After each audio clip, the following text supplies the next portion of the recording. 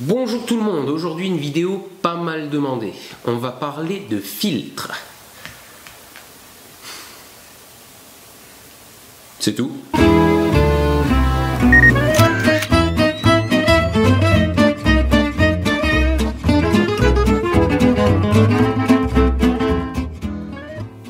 Alors, on va parler de filtres, mais on ne va pas parler de tous les filtres. Je considère que certains sont kitsch, voire carrément inutiles.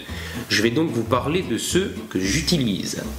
Alors d'abord, petite précision, quand je dis filtre inutile, c'est parce que ce sont en général de vieux filtres utilisés à l'époque de l'argentique, qu'on retrouve encore assez souvent, mais aujourd'hui, il est possible de faire tellement de choses en RAW ou même avec Photoshop que beaucoup d'entre eux ont perdu tout intérêt. Bien sûr, les puristes vous diront que ce qui n'est pas fait à la prise de vue, c'est de la merde. Mais par exemple, le filtre en porte-pièce.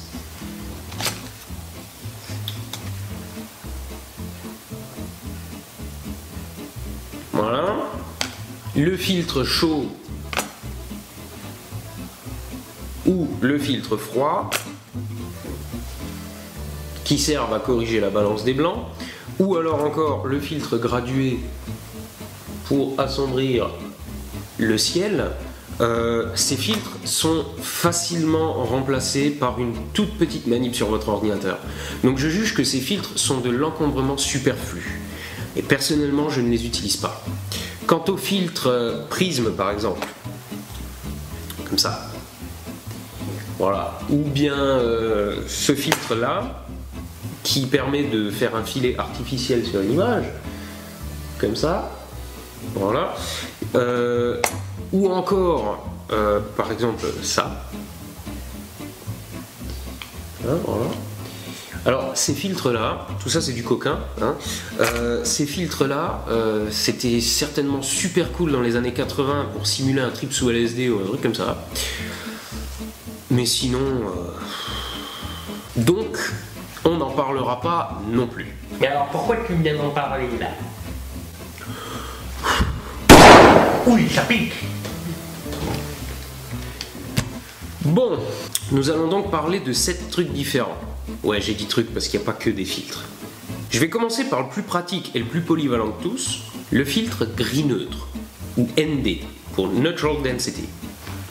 Alors, celui-ci est un filtre ND 400. Il sert à réaliser des filets, des flous cinétiques, des trucs comme ça, en plein jour. Chose habituellement réalisable uniquement de nuit, tout simplement parce qu'il limite la quantité de lumière qui entre dans votre objectif et permet donc de faire de longues expositions. Alors, celui-ci est très fort. Voilà, on voit quasiment plus rien à l'image. Et je suis sûr qu'avec la compression YouTube, vous voyez plus rien du tout. Voilà. Alors, les filtres ND sont caractérisés par un nombre qui détermine leur opacité. Vous pouvez trouver des filtres ND2 à ND1000. Le ND2 laisse donc passer la moitié de la lumière, le ND4 en laisse passer un quart, le ND8 en laisse passer un huitième, le ND1000 en laisse passer un millième. Et mon ND400 en laisse donc passer un 400e. Vous pouvez mixer les filtres ND pour obtenir des valeurs plus fortes ou plus spécifiques. Quand vous associez deux filtres ND, vous multipliez leurs valeurs. Par exemple, un filtre ND 400 et un filtre ND 200 donnent un filtre ND 800. Un filtre ND 1000 et un filtre ND 8 donnent un filtre ND 8000. Mais je vois pas l'intérêt de laisser entrer aussi peu de lumière. Même pour photographier la surface du soleil, vous n'avez pas besoin d'un filtre aussi fort. Attention aussi, un filtre, surtout s'il est de mauvaise qualité, vous fait perdre un peu de piqué.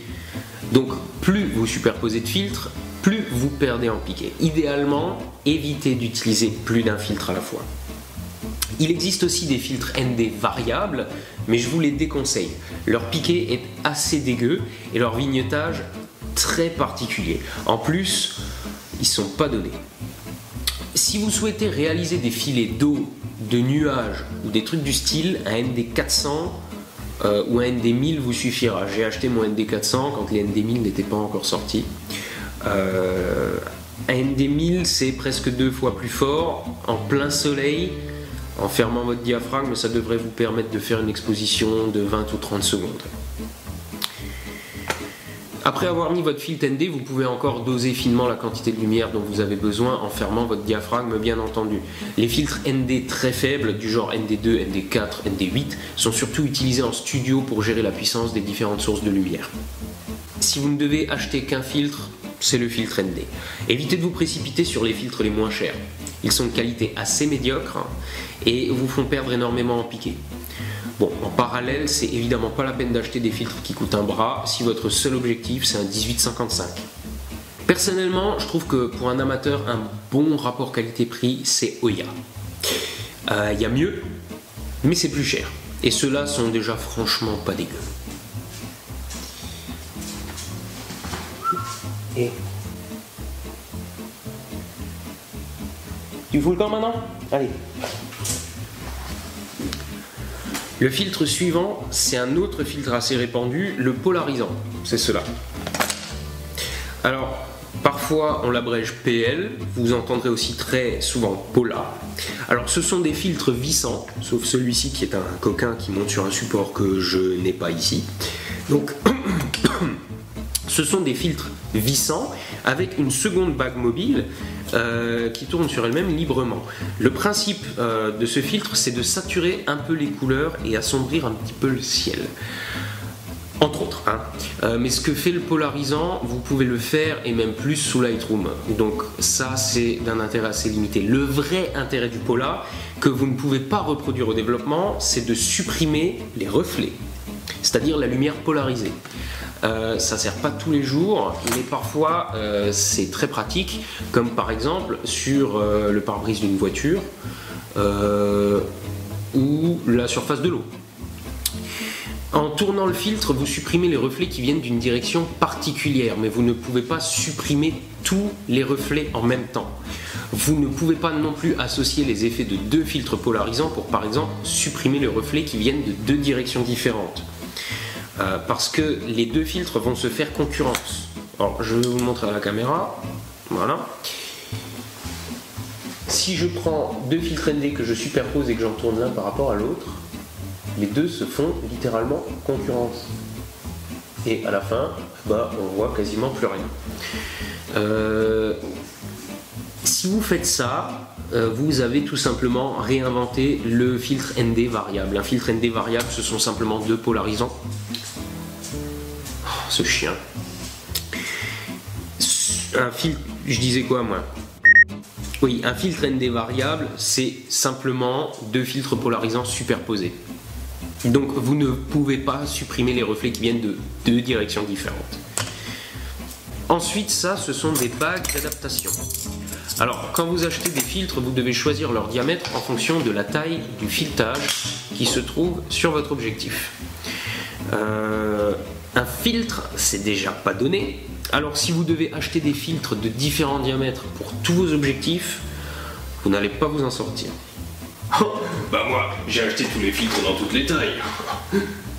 T'as vu ma Rolex? Oui, j'ai vu ta Rolex. Ça faisait longtemps que j'en avais pas entendu parler, ta Rolex. Donc, pour ceux qui n'ont pas de Rolex, la solution, ce sont ces bagues. Il vous suffit d'acheter vos filtres au diamètre correspondant à celui du plus gros de vos objectifs. Et pour les autres, vous achetez une bague d'adaptation que vous vissez dessus et votre filtre monte sur un objectif plus petit. Ces bagues coûtent une poignée d'euros sur Amazon ou sur eBay. Donc c'est pas toujours super pratique, mais on fait des économies substantielles. Ensuite, celui-ci est un filtre rouge.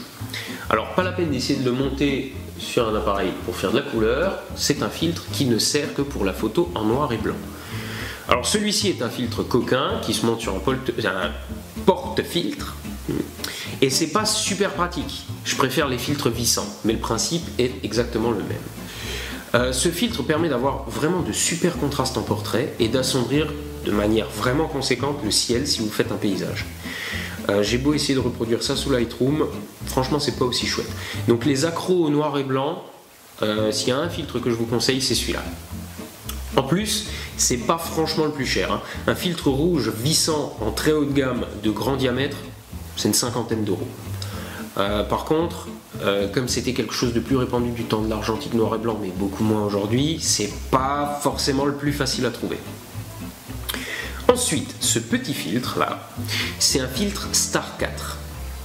C'est un filtre neutre recouvert d'un réseau. Alors je vais essayer de vous montrer le réseau. Je suis là.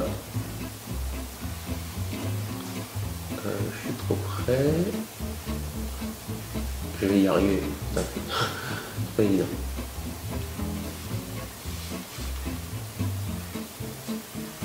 Je vais y arriver, hein. C'est sûr, je vais y arriver. Voilà, alors là on voit un petit peu le réseau. Là, voilà. Donc c'est un simple petit réseau comme ça qui est dessus. Voilà, et je sais pas avec quoi est fait ce réseau. Ce que je sais, c'est que vous pouvez bricoler le même chez vous avec une bague d'adaptation comme ça sur laquelle vous allez tendre un fil nylon très fin. Ça aura le même effet. Alors, le principe de ce filtre, c'est de provoquer une forte diffraction de la lumière et donc énormément adoucir les contrastes. En outre, il va aussi créer des aigrettes sur les lumières vives. Le plus répandu des filtres Star, c'est le Star 6, qui fait donc 6 aigrettes. Mais je l'aime pas. Je préfère les aigrettes qui vont par 4, c'est pourquoi je me suis procuré un Star 4. Les aigrettes qui vont par 4, ça ressemble par exemple à ce qu'on peut voir dans un télescope. En plus, ça charge beaucoup moins l'image. Attention, ce filtre peut être très sympa, il peut aussi être très kitsch. C'est le genre de filtre typique des années 80, donc à utiliser avec parcimonie. Alors ensuite, ce filtre-ci est un filtre UV. Disons les choses simplement, il sert à rien. Alors si vous êtes en haute altitude et entouré d'une neige blanche et immaculée, genre en haut du Mont Blanc, ouais, il peut un petit peu baisser la saturation dans les bleus, mais sinon il sert absolument à rien. D'ailleurs, la plupart des optiques sont déjà traitées contre les UV, donc voilà. La plupart des gens qui le possèdent s'en servent pour protéger leur lentille frontale des rayures. Ce faisant, ils achètent souvent un filtre pas cher, qui du coup leur fait perdre en piqué. Alors moi, pour protéger mes lentilles frontales, j'utilise mes pare-soleil, je mets mes bouchons systématiquement quand je ne me sers pas des optiques, et je ne photographie jamais les compétitions de lancer de gravier sur photographe. Voilà, alors on a fait le tour des filtres que j'utilise. Il ne reste plus que celui-ci dans le coin. Alors, celui-là est très particulier, comme vous pouvez le voir, il est d'apparence complètement noir, et si je le mets devant l'appareil, il n'y a rien qui passe. Il est d'un usage bien plus complexe que les autres, c'est pourquoi je vais lui réserver une vidéo à lui tout seul. En attendant, c'est tout pour aujourd'hui. Si vous avez aimé cette vidéo, n'oubliez pas que vous pouvez retrouver gratuitement toutes les autres sur lestudiodepoche.fr. N'hésitez pas non plus à vous abonner à ma chaîne YouTube et à me retrouver sur ma page Facebook. J'ai encore tous les jours énormément de demandes, alors je le redis encore une fois, allez sur la page Facebook. Je ne peux plus accepter de demandes d'amis sur mon compte perso, vous êtes beaucoup trop nombreux. Donc c'était Arnaud Thierry depuis le studio de Poche et je vous dis à très bientôt pour une vidéo sur ce mystérieux filtre noir.